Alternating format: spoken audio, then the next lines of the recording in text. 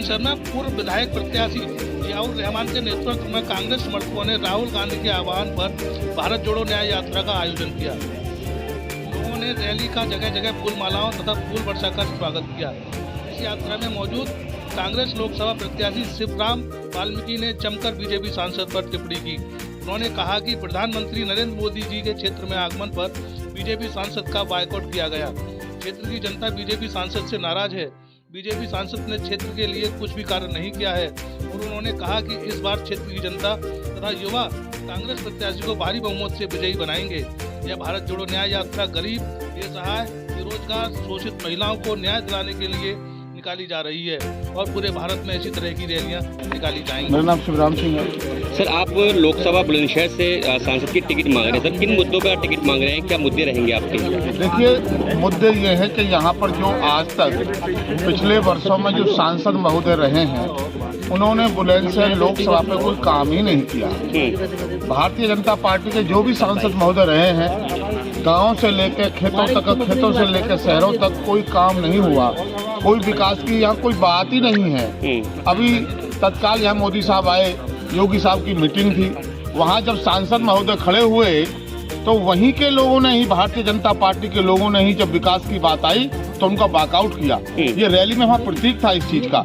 तो यहाँ पर जो भी सांसद महोदय बने हैं, उन्होंने बुलंदशहर के लिए, कोई जनता के लिए कोई काम ही नहीं किया। सर, आपके क्या क्या मुद्दे रहेंगे? आप लोकसभा से देखिए, हमारे मुद्दे यहाँ बुलंदशहर की जनता के लिए वो मुद्दे रहेंगे जो रोजमर्रा की चीजें हैं।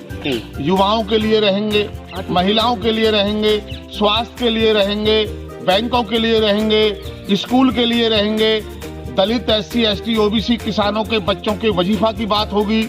जब कांग्रेस पार्टी सत्ता में आएगी तो जिस तरह पहले चरम सीमा पर काम हुआ करता था, विकास हुआ करता था, उसी तरह इस पर काम होगा। अच्छा, जिस तरीके से अब बेरोजगारी बढ़ रही है, कांग्रेस सरकार आने के बाद क्या बेरोजगारी खत्म होगी? देखिए, बेरोजगारी इसलिए बढ़ रही है, माननीय प्रधानमंत्री साहब ने कहा था कि जब हमारी सरकार बनेगी तो हम 15 करोड़ नौकरी देंगे। 15,000 नौकरी नहीं मिली है। बुलंदशहर में बहुत बुरा हाल है। मैं पूरे बुलंदशहर में घूमता हूँ, सुबह 6 बजे 5 बजे निकलता हूँ। हमारे गांव के बच्चे, देहात के बच्चे BSF, CRP, दिल्ली पुलिस की तैयारी करते हैं। यहाँ दौड़ने के लिए कोई ट्रक नहीं है, कोई स्टेडियम नहीं है, कोई स्कूलों में मैदान नहीं है, कोई काम ही नहीं हुआ है। सर, अभी अगर हम बात करें, जैसे कि आप कह रहे हैं कि लोग बाग वॉकआउट कर रहे हैं यहाँ के सांसद का भी, हमने 22 में भी देखा कि जो यहाँ के शाहपुर विधानसभा से चुनाव लड़ रहे थे बीजेपी से, वॉकआउट तो उनका भी हो रहा था, लोग उनसे भी नाराज थे, लेकिन फिर भी उनको वोट दिया जा रहा है, फिर भी वो जीत कर आ रहे हैं। देखिए, मैं उनके बारे में बात नहीं कर रहा। आपने सांसद महोदय के बारे में बात किया, ये सब झूठ के पुलंदे पर राजनीति कर रहे हैं। जैसे भी आपने EVM के लिए कहा, EVM की डिमांड सब कर रहे हैं, कौन नहीं कर रहा? सारे वकील वहाँ लाइन में लगे हुए हैं, पूरी जनता कह रही है। अगर कांग्रेस पार्टी के बैनर तले काम होगा तो आप लोग ही पत्रकार महोदय को कांग्रेस पार्टी कर रही है, जनता कर रही है, जनता जानती है, जनता चाहती है।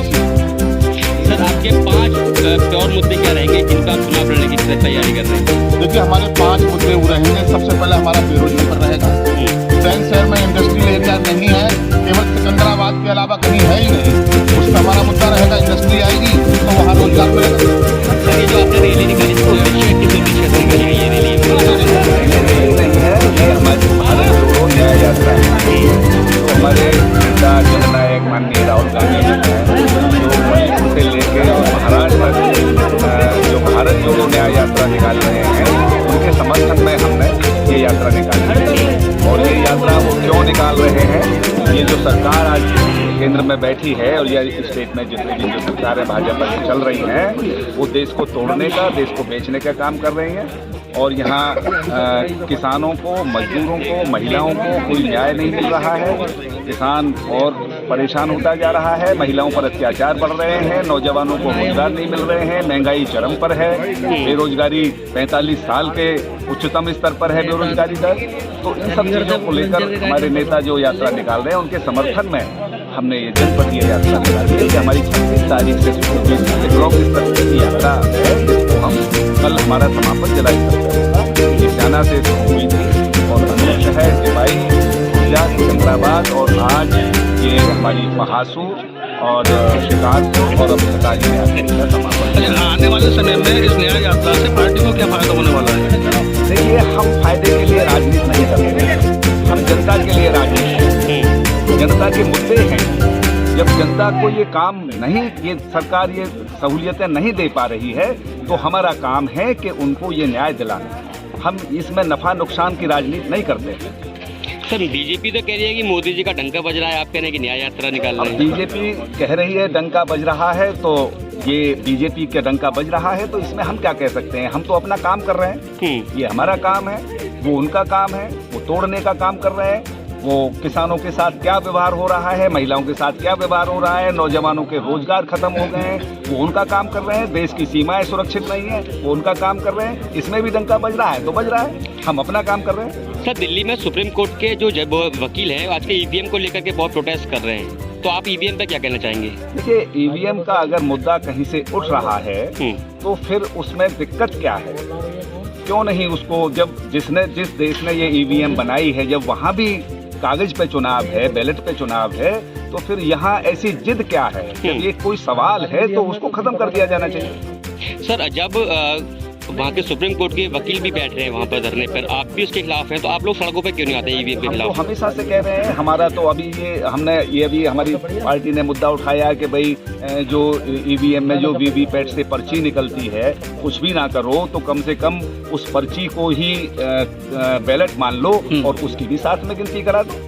तो सर आप लोग लड़ाई क्यों नहीं लड़ रहे, क्यों आप सड़कों पर नहीं आना चाह रहे हैं? हमसे ज्यादा कौन लड़ रहा है? जैसे कि हम देख रहे हैं कि सुप्रीम कोर्ट के वकील सड़कों पे बैठे हैं, वो लगातार प्रोटेस्ट कर रहे हैं, तो आप लोग क्यों नहीं प्रोटेस्ट कर रहे हैं इसको लेकर हम के? भी तो कर रहे हैं। कांग्रेस का भी तो, कांग्रेस का ही डाला हुआ है। सैम पित्रोदा कौन थे जिन्होंने मुद्दा उठाया है? तो सारे हमारे अभी दिग्विजय सिंह जी ने ये पूरा मुद्दा उठाया, तो कैसी बातें करते हैं? हम तो पहले से कह रहे हैं कि भाई अगर कोई प्रश्न है तो उस प्रश्न का खत्म होना चाहिए, वो प्रश्न नहीं रहना चाहिए। सर बिहार की राजनीति पे क्या कहेंगे आप?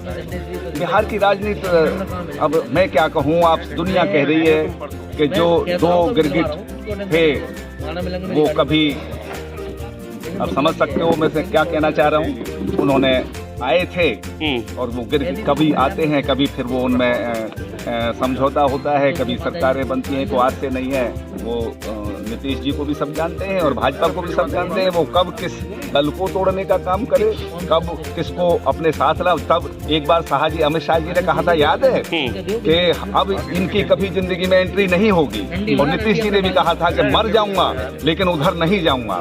तो इन लोगों का क्या है? इनको इनका जवाब जनता देगी। बीजेपी सरकार ने राम मंदिर का उद्घाटन समय से पहले किया है, इसमें शंकराचार्य भी नहीं उपस्थित हुए हैं। इस मंदिर के उद्घाटन में आप क्या कहना चाहेंगे?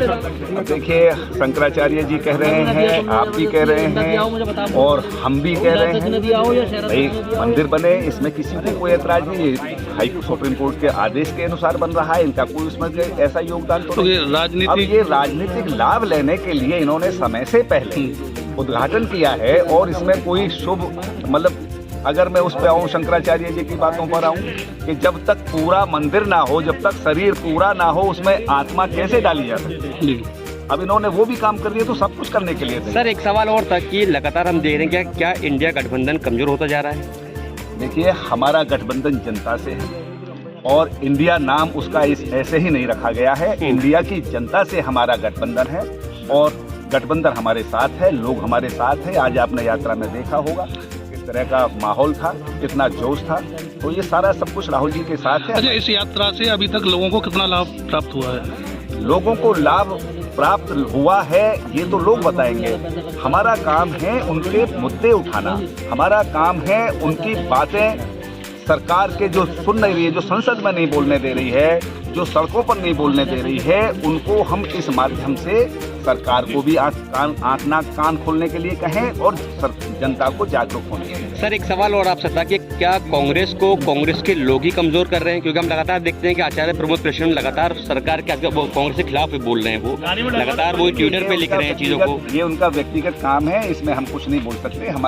हमारी कांग्रेस मजबूत है, हमेशा से थी। इन छोटी मोटी बातों से उस कांग्रेस पर कभी कोई फर्क नहीं पड़ा है, आज भी नहीं पड़ेगा। हम 35 साल से सरकार में हैं, यूपी में नहीं है, लेकिन आपने कार्यकर्ताओं का जोश देखा। हम अपने काम करते रहेंगे, अपने मुद्दों की लड़ाई लड़ते रहेंगे, यही हमारा काम है। राजनीति का मतलब ये नहीं है कि हम सिर्फ सत्ता के लिए लड़ेंगे। सर 2024 में क्या सरकार आ रही है कांग्रेस की? निश्चित रूप से गठबंधन की सरकार आएगी और उसमें कांग्रेस के नेतृत्व में सरकार बनेगी। Thank you. कांग्रेस की भारत जोड़ो न्याय यात्रा का मूल उद्देश्य क्या है? किस चीज़ को लेकर के आप सड़कों में राहुल गांधी जी निकल रहे हैं, या इसके साथ साथ जो कार्यकर्ता हैं वो भी आजकल हम देख रहे हैं कि शिकागो विधानसभा से निकले हैं। सर, किन किन मुद्दों को लेकर चल रहे हैं? क्या है, क्या रहेगा, पूरे मुद्दे रहेंगे, उद्देश्य क्या रहेगा? आपने देखा होगा कि अभी 1 साल पहले भारत जोड़ो यात्रा निकली थी। राहुल जी हर क्षेत्र से निकल के गए थे, छोटी बस्तियों से, बड़े रोड से। तो वहाँ पर जितनी जन समस्याएं राहुल जी के सामने आई, युवा मिले, महिलाएं मिली, बेरोजगार मिले, रिटायर फौजी मिले, नवयुवक मिले, सब लोगों के बीच से जो समस्याएं निकली थी, उन समस्याओं पे मंथन करने के बाद राहुल जी ने भारत जोड़ो न्याय यात्रा का शुभारंभ किया और उन लोगों के साथ हो रहे अत्याचार और अन्याय को लेकर इस आवाज़ को बुलंद करने के लिए, ताकि जनता की आवाज़ सरकार के कानों तक जाए। संसद में बोलने नहीं दिया जाता, वहाँ सुनने नहीं दिया जाता, तो जनता से डायरेक्ट बात की जाए। भारत जोड़ो न्याय यात्रा की। अच्छा, भारत जोड़ो न्याय यात्रा और भारत जोड़ो यात्रा में क्या अंतर है? भारत जोड़ो यात्रा लोगों से जनसंपर्क के लिए थी, भारत जोड़ो न्याय यात्रा उनको न्याय दिलाने के लिए। सर, हमने देखा था कि राहुल गांधी जी को भी संसद से सस्पेंड कर दिया गया था। उसके बाद में हम देख रहे हैं कि बहुत सारे लोगों को सस्पेंड किया गया। तो क्या रहेगा मामला? क्या वाकई में जो बीजेपी की सरकार है, क्या वो जो सस्पेंड करती है, किस बेस पे सस्पेंड कर देती है? देखो, तानाशाही है। अब अगर उनके खिलाफ आवाज़ उठाओगे, रोड पे कार्यकर्ता आवाज़ उठाता है तो उनको उठा के जेल भेज के झूठे मुकदमे लगा के, और संसद में उठाते हैं तो उन्हें सस्पेंड कर दिया जाता है। पूरी हिटलरशाही चलाना चाहते हैं कि हमारे खिलाफ कोई आवाज़ ना उठा सके। आने वाले समय में ये कोई ना कोई नियम भी ऐसा बनाएंगे कि संसद और इसकी जरूरत नहीं पड़ेगी, सिर्फ जिसे ये बोल देंगे वो राष्ट्रपति, जिसे बोल देंगे प्रधानमंत्री। चुनाव प्रक्रिया खत्म करने की पूरी प्लानिंग उनकी चल रही है। सर, ईवीएम वाले मुद्दे पे क्या कहेंगे आप? तो ईवीएम में सारे संगठनों ने पहले भी आवाज़ उठाई है, अब भी उठाई है, लेकिन संगठनों को राजनीतिक नाम दे देते हैं कि अपनी हार को स्वीकार नहीं कर रहे हैं और ईवीएम को ठीक रहा फोड़ रहे हैं। इसलिए अब जब जनता रोड पे आ गई, जब वकील आ गए हैं, तो अब सत्य की बात रखी जा रही है कि ये सत्य है। राजनीतिक दलों पे तो सिर्फ एक क्लेम है, ब्लेम है। सर, बिहार की राजनीति पे हम देख रहे हैं कि लगातार उठापटक चल रही है वहाँ पर, और एनडीए के साथ फिर जुड़ गए नीतीश कुमार जी। ऐसा इंडिया गठबंधन को भी छोड़ने की बात छोड़ भी दिया है उन्होंने। क्या कहेंगे इस बात पे? स्वार्थी राजनीति में या स्वार्थ में की राजनीति पे हम क्या बोलेंगे? वो तो आप खुद देख रहे हो कि कभी इस तरफ और कभी उस तरफ, कभी उन्हें बुरा बताते हैं, कभी इन्हें बुरा बताते हैं। उन्हें तो अपने राजनीति सुरक्षित करनी है। उन्हें तो अपने आप को, उन्होंने इतने घोटाले वगैरह कर रखे होंगे कि कहीं ना कहीं सरकार उन पर ईडी सीडी का दबाव बना रही है और उन्हें जाना उनकी मजबूरी है। सर, ऐसा तो नहीं कि नीतीश कुमार समझ गए हों कि भाई दोबारा से एनडीए की सरकार बन रही है 24 में? तो स्वार्थ है ना, राजनीतिक स्वार्थ है। अगर समझ गए होंगे या नहीं समझे होंगे वो तो उनका हुआ है, लेकिन रंग बदलते हुए आपने देखा होगा कि हर 6 महीने में रंग बदलते हैं। पहले मुख्यमंत्री जिन्होंने 9 बार शपथ लिया, कभी सरकार के साथ, कभी किसी के साथ गठबंधन, कभी उसके साथ गठबंधन, कभी उसके साथ गठबंधन। सर, ऐसा तो नहीं किया क्या वाकई में इंडिया का जो गठबंधन है वो भी और कमजोर होता चला जाएगा 24 का आते? देखो, इंडिया गठबंधन जैसे अध्यक्ष ने बताई थी, जनता के साथ है। जो हमारा लक्ष्य है आवाज़ उठाना न्याय के खिलाफ। जो संगठन हमारे साथ आना चाहता है वो आए, और जो नहीं आना चाहता नहीं आए। कांग्रेस पार्टी अपने नेतृत्व में दलितों की, मजलूमों की, गरीबों की, युवाओं की आवाज़ उठाती रहेगी और उठाती है, चलती रहेगी। Thank you.